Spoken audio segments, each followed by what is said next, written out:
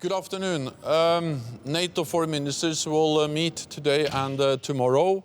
We will address the brutal war in Ukraine, and we have all seen the atrocities that have been committed in Bucha and other places in Ukraine. This reveals the true nature of President Putin's war. Any targeting and killing of civilians is a war crime, and therefore NATO allies are supporting the international efforts to establish all the facts, to investigate and to make sure that perpetrators are punished. We are now in the critical phase of the war. We see that Russia is moving forces out of the north to enforce them, to resupply them, to rearm them, and then to move them into the east, where we are expecting a major offensive. President Putin's aim is to try to control the whole of Donbas and to establish a land bridge between Donbas and Russia. We have seen no indication that President Putin has changed his ambition to control the whole of Ukraine and also to rewrite the international order. So we need to be prepared for a long haul. We need to support Ukraine, sustain our sanctions, and strengthen our defenses and our deterrence. Because this can last for a long time, and we need to be prepared for that. We will be joined by Foreign Minister Kuleba from Ukraine, and I think it's important that we have this opportunity to engage directly with him, to discuss with him, to listen to Minister Kuleba, and also to discuss the way forward together.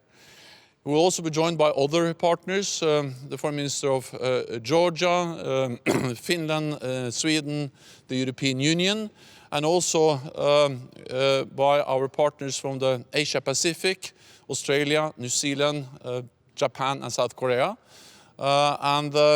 These are all highly valued partners. Tonight, foreign ministers will discuss NATO's new strategic concept, a strategic concept which will address, of course, the new security reality we are faced with. The strategic concept will be the roadmap for NATO on how to address a more dangerous world and how to make sure that we continue to protect and defend all NATO allies. In the strategic concept, we need to address the security consequences of Russia's aggressive actions, of the shifting global balance of power, the security consequences of a much stronger China, and the challenges Russia and China are posing together to our rules-based international order and our democratic values. But of course, also in the strategic concept, we will chart out the strategy for how to deal with cyber, hybrid terrorism, and also the security consequences of climate change. So I'm looking forward to the meeting, and it will be an important meeting, not least facing the grim reality in Ukraine. And with that, I'm ready to take your questions. Mr. Stoltenberg, some allies are already sending heavy equipment to Ukraine. Others are still reluctant, such as Germany. What is your position? Should, in this new phase of the war, Western allies send heavy weapons, heavy equipment, such as tanks, to Ukraine? NATO allies have supported Ukraine for many years. We have trained the tens of thousands of Ukrainian troops who are now on the front fighting the Russian invaders. And the NATO allies have also provided different kind of equipments over many years. And of course, this combined with the courage, the commitment of the Ukrainian armed forces is really making a difference every day on the battlefield. Since the invasion, allies have stepped up their support I also expect that ministers, when they meet today and tomorrow, will discuss how we can further support Ukraine. Allies are providing both anti-tank, anti-air or air defense systems, but also different kinds of advanced weapon systems, and also both light and heavier weapon systems to Ukraine. I will not go into all details of exactly what kind of weapons, equipment allies are providing, but I can say that the totality of what allies are doing is significant, and that includes also some heavier systems combined with lighter systems. Mr. Secretary General, we want to be sure that the part of the strategic concept which you will discuss will include open door policy, which is very important for Georgia as an aspirant country, especially now. What can you tell us about this, more about this? And also, you yesterday said that the importance of the stepping up the support for Georgia and support country to prevent future aggression. What do you mean, and what threats do you see? Thank you. I believe that one of the lessons we all should learn from the invasion of Ukraine by Russia is that it is important that all of those who believe in democracy, the rule of law, need to provide support to close and highly valued partners like Georgia. It's better to support them sooner than later. And therefore, one of the issues that will be discussed at the Foreign Minister meeting today and tomorrow is how can we step up support for other partners which are under Russian pressure. And of course, Georgia is one of them. Russia controls part of Georgian territory. And we will look into how we can provide more support, both when it comes to everything from cyber to secure communications, capacity building, and other ways to strengthen Georgia in resisting the pressure from Russia. NATO's door remains open. The enlargement of NATO over several decades has been a great success, helped to spread democracy, the rule of law, stability, peace across Europe. And it is for the applicant country, the country aspiring for membership, and for the 30 allies to decide on membership issues. Russia and no other country has any veto on that issue. It is for the applicant and the 30 allies to decide. This time, partner countries such as Japan participate. What do you aim for that? We very much welcome that we have the Japanese Foreign Minister participating at the NATO meeting. It demonstrates the strong partnership between Japan and NATO. Japan has been a long-standing partner with NATO for many years. And I think that we all understand that even though Japan and NATO are geographically far apart from each other, we share the same values, we share the same challenges, and therefore we need to work closely together, both to protect our core values, democracy, the international rules-based order, but also, for instance, to address the challenges posed by more assertive China, and the fact that China now has the second largest defense budget in the world. It's investing heavily in new modern military equipments, and therefore we need also to work together with our partners in the Asia Pacific. Also to work together on issues like maritime security, cyber, and other areas where we have common interest, Japan and NATO, to work together. Thank you. Philip Lote, NRK. How quickly does NATO countries need to supply Ukraine with heavy military equipment if it's going to be able to defend itself against a stronger onslaught from Russia in the east and the south? And secondly, what is your comment to Norway expelling 3 Russian diplomats today? Ukraine has an urgent need for military support, and that's the reason why it is so important that NATO allies agree to further support Ukraine with many different types of military equipment, both heavier equipment but also light weapon systems. And we have seen that this support is actually having an effect every day. We can see just the pictures of all the destroyed Russian armor. This is something which has been done with weapons, anti-tank weapons, anti-armor equipment delivered by NATO allies. And the US Congress the United States just decided to allocate more money for anti-armor systems, just one of many examples of how allies are stepping up. There is an urgent need, and therefore I also expect allies to provide further support of many different types of weapon systems.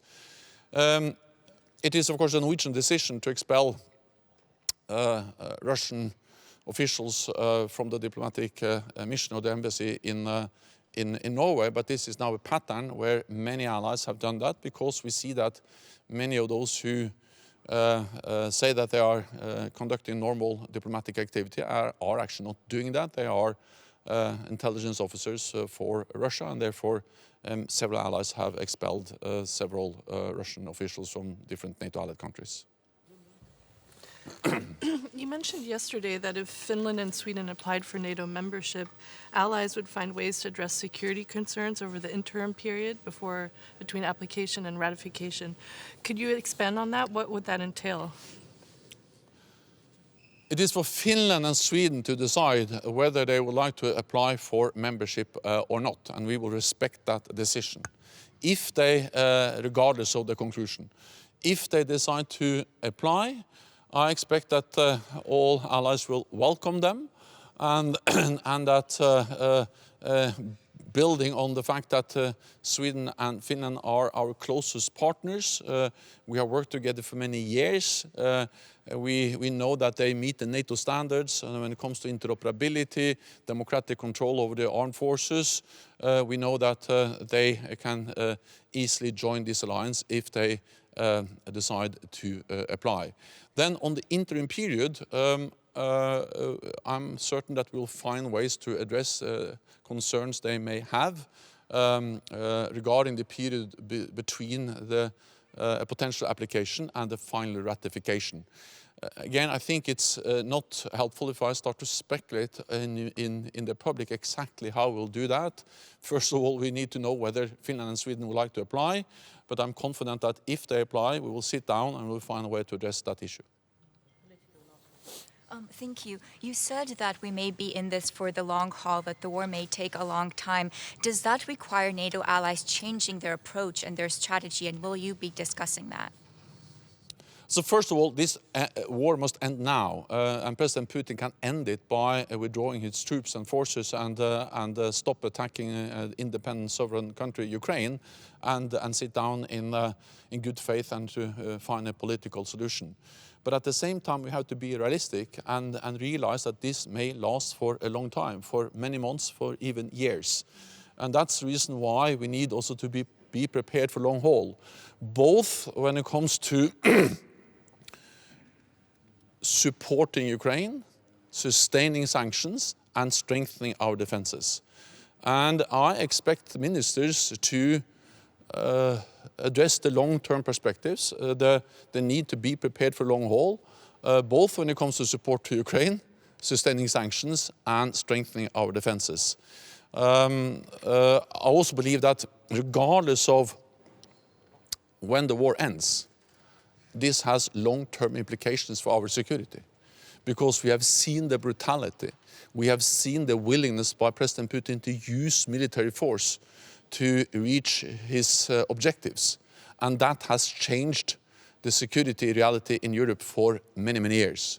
So therefore, we have started the process in NATO. We have tasked our military commanders to provide options for the political leaders to take decisions on how to reset our deterrence and defense for the long term.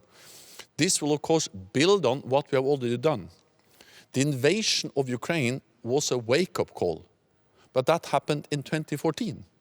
So we have actually, since 2014, implemented the biggest reinforcement of our collective defense. increased readiness of our forces, tripled the size of the NATO response force, reformed the command structure, and started to invest more increased defense spending across the alliance. So NATO was actually quite well prepared when Russia invaded Ukraine for the second time. And on the day of the invasion, we activated our defense plans, deployed thousands of additional troops in the eastern part of the alliance. Now there are 40,000 troops on the NATO command in the eastern part of the alliance, and there are more US troops in Europe, 100,000 in total, and other allies have also increased their presence. So this demonstrates that for years we have been actually adapting to the aggressive actions of Russia. We were well prepared when they invaded Ukraine, but now we need to take a new step for a more long-term strengthening of our deterrence and defense, and I expect that this will be discussed among the foreign ministers today and tomorrow, but then decisions for the longer term will be made at a summit in Madrid in June when the heads of state and government meet. A very quick follow-up, Secretary General, on Finland and Sweden. The idea of fast-track membership, should they want to do that, what does that message does that send to other countries who might want to join NATO? It is for each and every nation in Europe to decide whether they would like to apply. Then, if they apply, we will sit down and assess the need for reforms, the need to ensure interoperability, the need to strengthen their governance, fight corruption, and all the different types of reforms which different countries need to implement to join NATO. And therefore, the time it has taken for different countries to join this alliance has varied significantly, reflecting different starting points. And the only thing I'm saying today is that Finland and Sweden, there's no other countries that are closer to NATO, that have for so many years worked so closely with us on military interoperability, on exercises, training, and also where we know them. That they actually also meet the NATO standards, for instance, when it comes to political, democratic, civilian control over the security institutions and the armed forces. So that's the reason why I believe that an accession process for these countries can be quite smooth, meaning that we know that they are very close to NATO already. But again, this is for Finland and Sweden to decide, and then if they apply, we'll sit down and address all the issues related to membership. Thank you very much. Thank you.